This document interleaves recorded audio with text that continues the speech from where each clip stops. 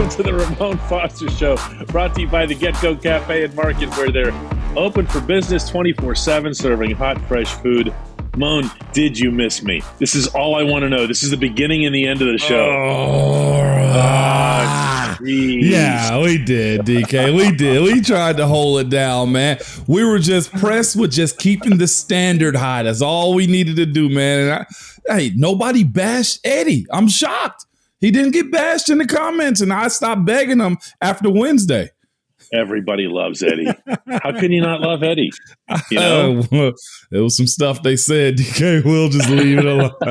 I kid. It was good. It's a lot like the way football players love reporters, and I got to share with you because we're going to be getting into some stuff from the Steelers' first preseason game. And you haven't heard this, like off camera or anything. You teased me with it. So I walk into the home team's locker room. This was a couple nights ago, obviously, at Acrisure Stadium. Acrisure. Yeah. And this is the first time we've been in a locker room after a game in 3 years. Yeah. Okay. And a certain bellowing voice from the number 97 stall comes across and goes, "Uh-oh, here's the media." And I look over. Oh, wait. And I look over and he goes, "You better keep your boy in line." And I go, "Oh, no, really?" Me? I'm texting Cam right now. And I go, hang on. You got to hear the rest of it first. Oh. I go, "You understand now. You've got a podcast, Cam.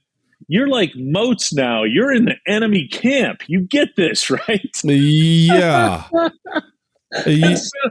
And I go, "Excuse me for a second. I'm in a NFL locker room for the first time in 3 years. You know where I'm heading? Right over there to where the offensive linemen are." Because I haven't been able to talk to an offensive lineman in 3 years. And I just kept walking and he's laughing and everything. It was awesome. Don't make me have to reach out to Cam, man, and ask him if there's really a problem. No, there's no problem. Okay, all right. I was about to say, what? He's doing the same thing that I'm doing now. He is the media, as you said, man. So I go over to the offensive lineman, and this is getting to the actual football stuff. There's Joe Haig and Mason Cole and Chooks and all my guys who had a nice day. Okay, they played well, and you know my favorite thing about each one of these guys, and I went through them one-on-one.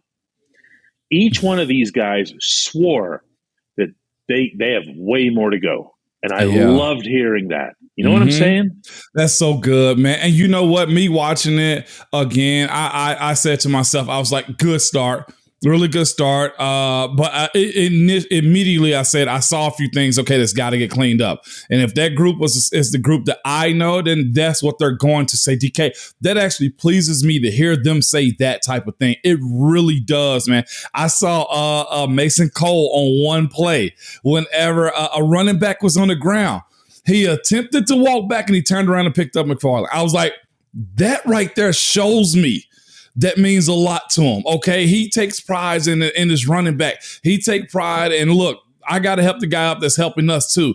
I saw a couple of plays. Of course, we said this. This is a new line, right? They got to get used to one another.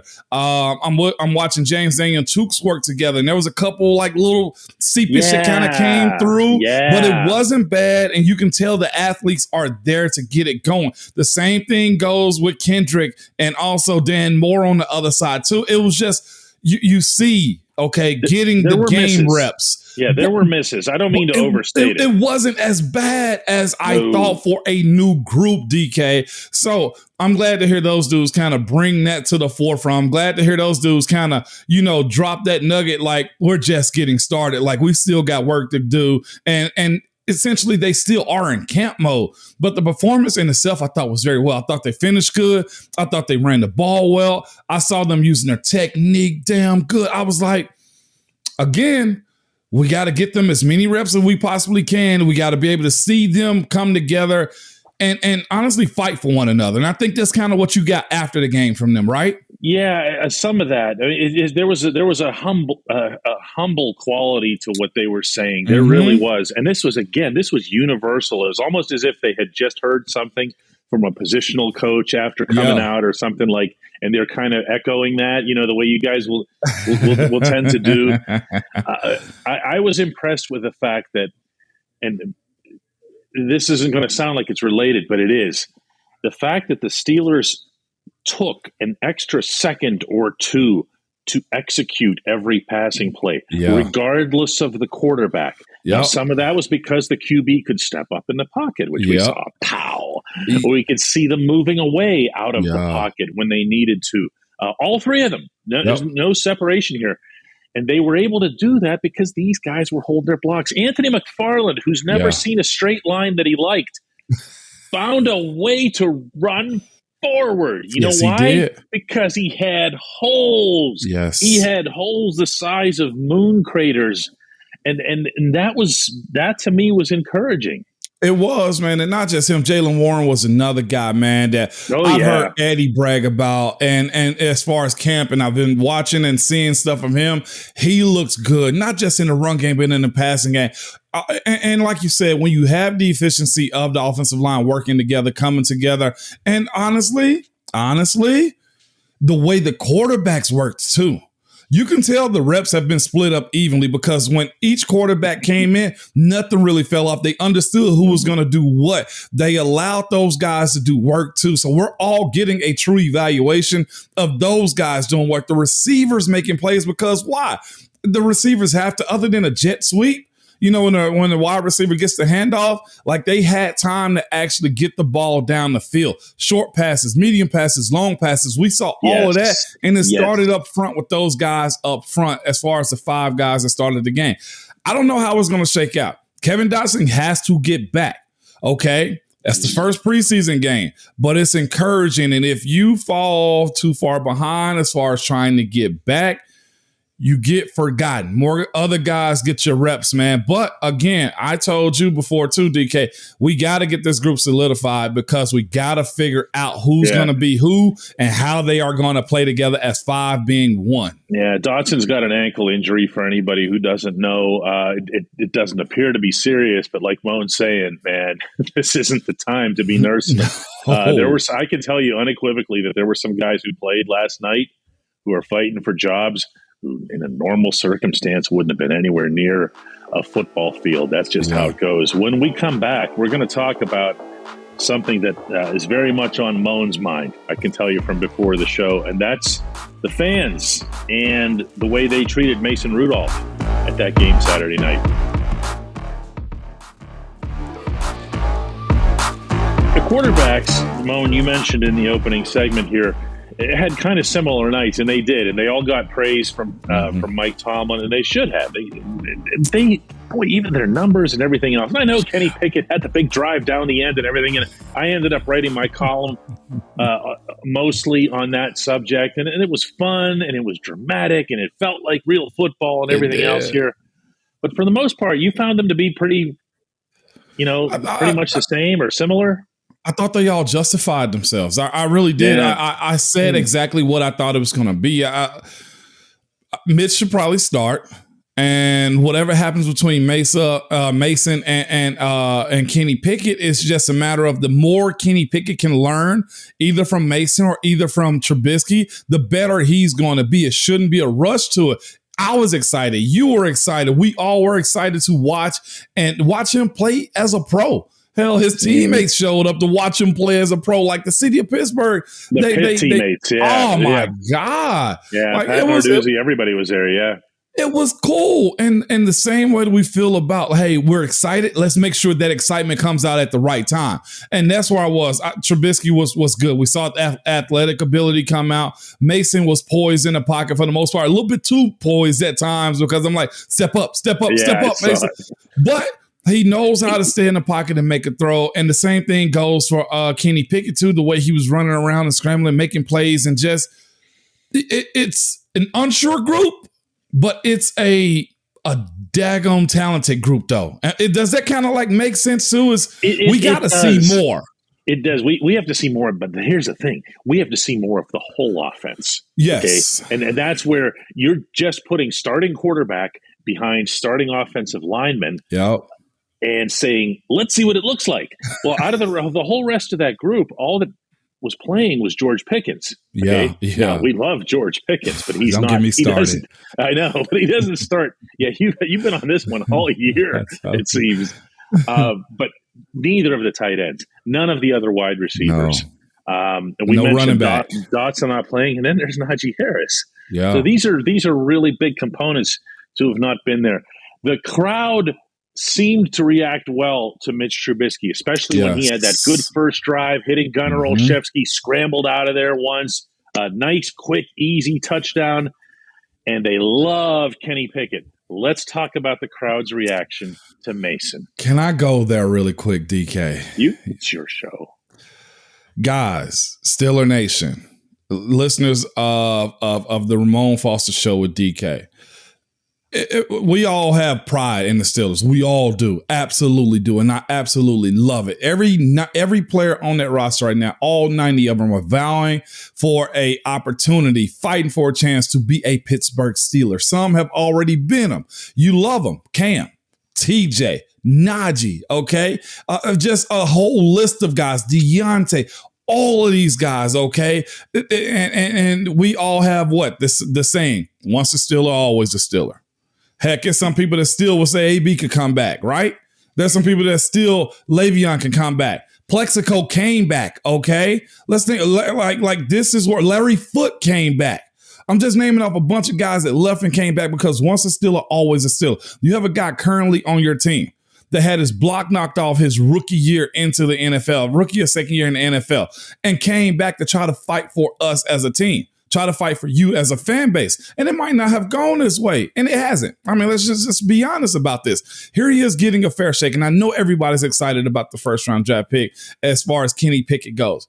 But to boo a guy that's coming out to do his job, clearly he's one of the best quarterbacks in the world. And I say the world simply because there's only so many NFL quarterbacks, okay?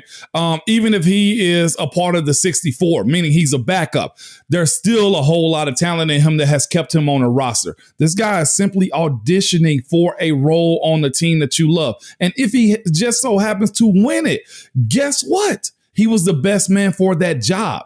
And this is the other thing, too. I think a lot of people think players have this love-hate or this hate-hate relationship with certain guys. We don't.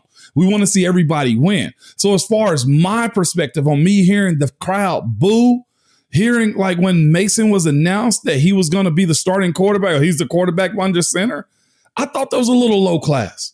Now, you can write in the comments, tweet at me, whatever you have to do behind that to let me know how you feel and why, if you did do that. And it was probably the small group of people.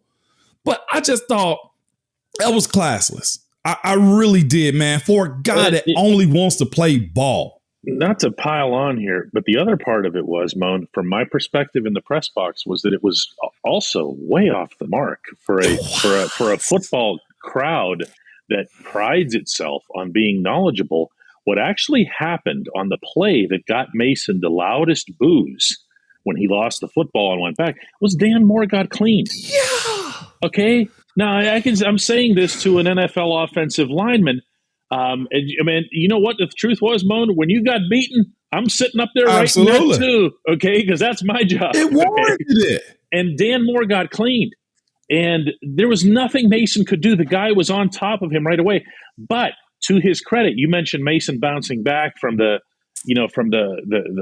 concussion and everything else. Earl Thomas, and then ultimately Myles Garrett and everything else that happened to him to end up performing well near the end of that season. He bounced back from that. I'm sure he heard the boos and everything else to throw the most perfect touchdown pass to Pickens. Now, you can say, hey, it's just a location throw, meaning, he's dropping it like a falling meteor was the way I described it in the column. But the falling meteor has to fall in exactly that spot that George is running to. The fact that George does the wonderful body control adjustment to it and everything is a bonus, but Mason put it where it had to be. He's tough as hell, and he is a Steeler. And to your point, Moan, about the way guys support each other, Did you notice how when let's say, for example, when Pickens caught that pass, did you see who the first two guys were down the field to congratulate him and whoop it up? It was Deontay Johnson and Chase Claypool. Yes, man. They were like this. Okay, and he's going to be taking catches away from them during the season. And not just that, but look at George Pickens celebrate when he made it down there. Look at Kendrick Green go to Mason and be like, yeah, that's where we are. Like, this is camp. If Mason ain't auditioning for a job here, if they don't keep 3 quarterbacks and they put the 7th-round draft pick Ola Duncan on practice squad, then Mason's gonna have a job somewhere else. And that's okay. So you booing him in his job interview, I couldn't believe that I heard that. That was just my only thing. And again, we're not talking to the masses of whoever was there, but I guarantee it was a small percentage, but it just rubbed me the wrong way for what we're known for. For a guy that hadn't played yet. I will say one thing in the crowd's defense, and hear this out, because it's not defending the actual thing that occurred. But when fans are in stadiums, and again, take this from somebody who's in them all the time in different sports and different circumstances, good teams, bad teams where they get booed all the time. Again, we cover one of those too. And when you're in there, fans will try to get messages across a certain way, and it's not always easy to do. If they're trying to send the message to management, hey, we don't want him to be the quarterback, we want the other guy to be the quarterback. No, again, I'm not defending. I'm not defending. I'm here to listen. I'm saying that's what they're not saying. We hate Mason. We're saying, we'd rather see somebody else. And the moment that he drops back and gets tackled right after Mitch had played so well, and while they're waiting on Kenny, it's kind of like, okay, here was just a reflex. Oh, one other thing. They're getting plastered all day long, Mo, and there's not a lot of logic involved. DK, I have no but he got the sack, but it was also the intro of him coming into the game and where the boos. It was 2 instances of it. Yes. Yeah. And the second one was louder, though. Okay, it was. It was a lot louder. It was. But, hey, great showing by that pass to George Pickens. I'm shocked it didn't make ESPN top 10. That was a what did you call it? Meteor dropped into the basket. Yeah, I thought that was only Pickens' second best catch of the game, too, by the way. That one on the right sideline, he was doing the Lynn Swan ballerina, and he pulls the ball in over the guy's head. And then it's like, I'm sitting next to Dale Lawley, our beat writer, and he goes, where'd the ball go? Yep. Why? Because he took it over the dude's head, spun around, and collected it in like some sort of archaic South American insect or something. Crazy, man. I was a lot of talent on this team, DK. A lot of talent on this team, and it showed, and not just the names we know, but it was a lot of that this past weekend. Good stuff. When we come back, the only segment that matters. Hey, Mon.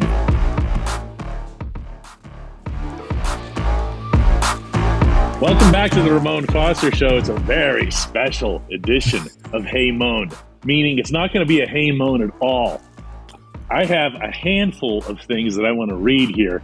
The first one's from Slim. He says, shout out to Eddie for doing a good job while holding it down while DK was away. Another one comes from Ryan, who says, Eddie, great job this week, big bro. Yeah. Ryan says, you've done an excellent job filling in, Eddie. Excellent analysis on an amazing show. It was. South Florida Steeler says, DK, he's coming back, but he better watch out. Peeps are working on their craft. Yeah. And then Todd Salkowski says, please do a live stream, you guys, and good work this week, Eddie. What's funny, Mon? There's a lot of people who talk about like the chemistry, or whatever. Yeah. Okay. And Eddie knows this, and Eddie's producing this show, so he's listening to all this. He hears us, yeah. Okay. And I always say back the same thing. Eddie can just mouth the words for me. Ramon is the chemistry. Stop. Okay. No, it's the truth. Eddie's nodding over here. Okay. Yeah, but it's true, because when you have, I want to share this with people. When you were playing, and in your role as a leader on the offensive line, I don't think we would dispute who the leader was of that group. you felt a certain responsibility to speak up and to answer and to stand tall, including after losses, even the toughest losses, even Denver, where you could barely freaking move. And I'm trying to get you, Ramon, you got to answer some questions. And you're like, the playoff loss for anybody who doesn't know what we're talking about. Yeah, that close, man. But there's a natural gravitational pull toward people like Ramon in life. I'm not putting you over here or going too far. Okay. But I want it understood here that it isn't me, it isn't Eddie, it isn't the people who come on, and, when we do it in the shop, it's just Moan, because Moan invites all this. The difference between, Moan and other people who do these things for podcasts is that he's real. What you see here is the same stuff we've all seen for years. So I'm through laying it on thick here. Yeah, I appreciate it, man. But that's always been me. One, I've always had to take the humble approach to stuff, especially within sports. So people, my background for sure, senior class president. I was always in a beta club or in student council. I've always been a people person. It's me. I'm a second child. I'm a middle child at that. And I've always been in a pleaser role. But this is me. I'll tell you, like you said, you're going to get the same me most of the time, almost all the time, unless I'm just like, look, today just not a day. And even then, I'm still going to turn it on because that's just me, okay? But my motto has always just been, look, whatever you can to make people better, help people be better, then we're going to do that. And the biggest thing of it all is people, I think, get shocked by it, though, is one, they have bad interaction with athletes, or they never really meet one. Some never do. And I've always just kind of taken that approach because I'm, as far as meeting somebody and talking to people and just giving a little bit of me, is because I might be the one that affects them in the right way. And my other thing, and I tell my boys this, and anybody that's around me too, is look, you can still be big time as fly with people. And I tell them also, it's like, look, you go crush everything that you do. Crush, try to be the best. Be numero uno, be as best as you possibly can. But I said, never fly above people. You fly with people, because when you fly with people, they want to be with you. And that's one thing that I try to do, man. I teach my boys that, man. My wife operate like that. And anybody that I'm with, I'm trying to include people. Like one of the things we're doing now is, with our boys, we do travel baseball and just everything. Man, we got to get a van because we always have people with us. We're always including folks like that's me. If we're going out of town, it's 4 of us, but we're probably going to have 7 or 8 people with us because one, I enjoy a good time. I do. You catch me, I'm laughing. Okay, somewhere, or I'm telling somebody I need to grow up, and they're like, no, you don't, Mom. Don't ever grow up. No. But that's just me. I try to fly with people and never above, man, because you never know if you're that one D-bag that's ruined a kid's day or life. Honestly, you just never know these days. So be good, man. Let's not rob the citizens of a legit Hey Mon. So we're gonna do this. We're gonna do this one real quick here. This is from Derek, and he says, "Hey Mon, yes, are you or are you not Jaylen Warren?" Hey, listen, man. Again, paid off the debt to Anthony McFarland earlier, but that kid, Jaylen Warren, hey. He could be good. Didn't he lose the fumble though? Like that was. That was that. Guess what was the only thing the head coach had to say when he was asked about Jaylen Warren's performance? He put the ball on the ground. Yeah. Now, never mind the fact that the Steelers recovered. That doesn't reflect on the running back's ball security. Yeah. But when you see him get low, now he's 5'8" to begin with, probably spikes. But he uses this low leverage of his. He leans. Isn't that it's not even like usually you're used to saying like, oh, Eddie George, yeah, he kind of falls forward. Le'Veon Bell used to that fall forward. No, he's down low and he's still going like through people's knees and stuff. It's just different. He's maximizing that position, that position of running back to the max, okay? He is getting every bit out of that. 5'8", okay, fine. Let me show you what 5'8" looks like when it runs low. You think you can get lower than me? Not gonna happen. But he also has the speed, and he has that Pittsburgh physicality, DK, okay? He doesn't want to be tackled. No. Plain and simple. That's all that comes down to. But the hands.